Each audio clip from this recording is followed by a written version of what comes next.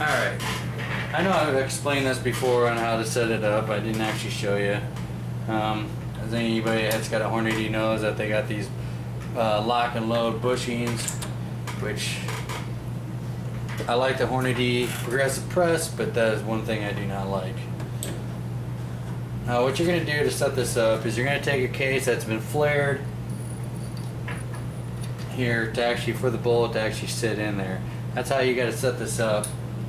You're going to have to play with your flaring a little bit. Might be a little bit different. So what you're going to do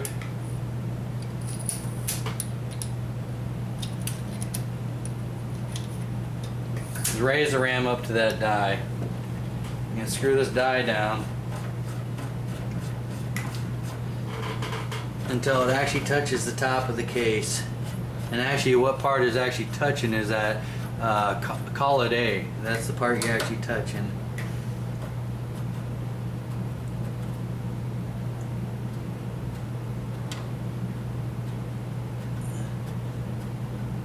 Takes a little bit to get that feel just right.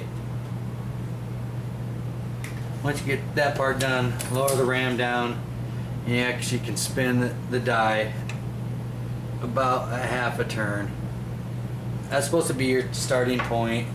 They say you can actually turn it another 1/4 inch, and that's about the max that you want to do. Just kind of hand tighten your nut down for now to test it out. So what I'm going to do is I'm going to go ahead and just gonna cycle this through so I can get ready. I'm going to drop a few bullets on the inside here. Another way to test it is use a tube, kind of like this, just a short, maybe foot long tube that you can set in there as well. Don't use one of those long tubes to test it out, because otherwise you got to fill that whole thing up. It's not worth it.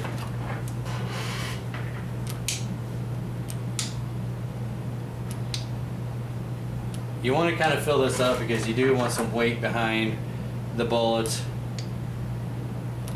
These are lead, they're not jacketed, so you got to have a little weight since you don't have that extra easy, well, I'll call it slide factor, because it's not jacketed, not as smooth. Now what you're going to do is just raise it up, see if that actually works on dropping the bullet. As you can see, it didn't drop it. So that tells me that I'm going to have to buff out that lower section because it's not opening up well enough. So I'm going to go ahead and start buffing that out. I'll show you that here in a second.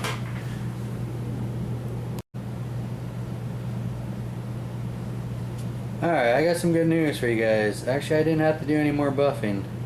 Like I said, this is when you got to do a little bit of trial, testing, stuff like that, so you know what you're actually needing to do.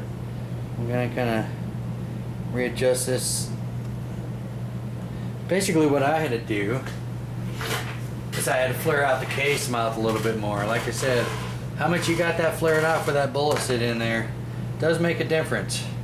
So that is another item that makes some changes on what you got to do. Now, just to give you an example on the outside diameter of this case being flared, I'm at 0.438. That's on the outside. On the inside, just at the top of the rim, looks like somewhere on average of 0.405. That's what all made the difference. So if you remember at the beginning of the video what I polished, it wasn't a whole lot. That's all you had to do. Didn't even have to touch the lower part. That's actually an A+ for anybody that's going to do this.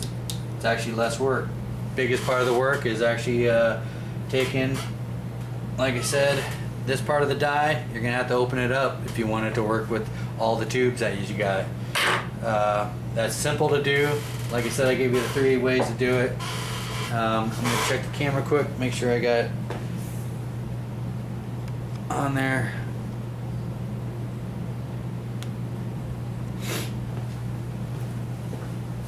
And I will show you a few different samples. I'm just actually flaring the cases on a single stage press right now, because the dies I got sitting in this right now is a 45. The only thing I changed on here was the shell plate. So as you can see, watch it, I got the bullets in here.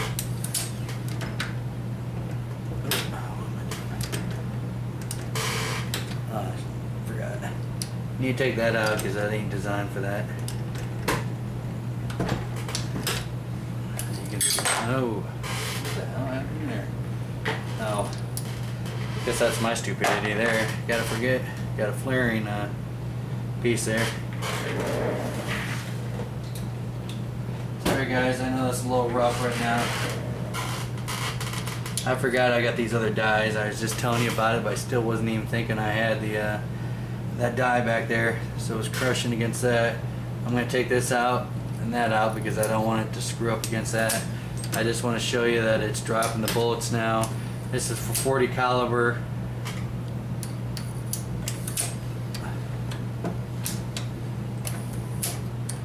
And that's about it. This one, it was actually a lot easier to do than the 45 caliber.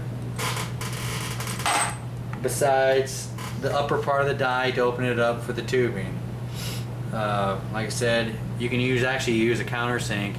Make sure you got some nice cutting edges on it, nice and sharp, and you can actually open that up, just clean it out a little bit where it actually there's kind of like a little ramping effect down toward the bottom, kind of polish that out, blend it together. Other than that, this one was actually pretty simple, so it's a great thing. Any questions, just ask me. Thanks for watching.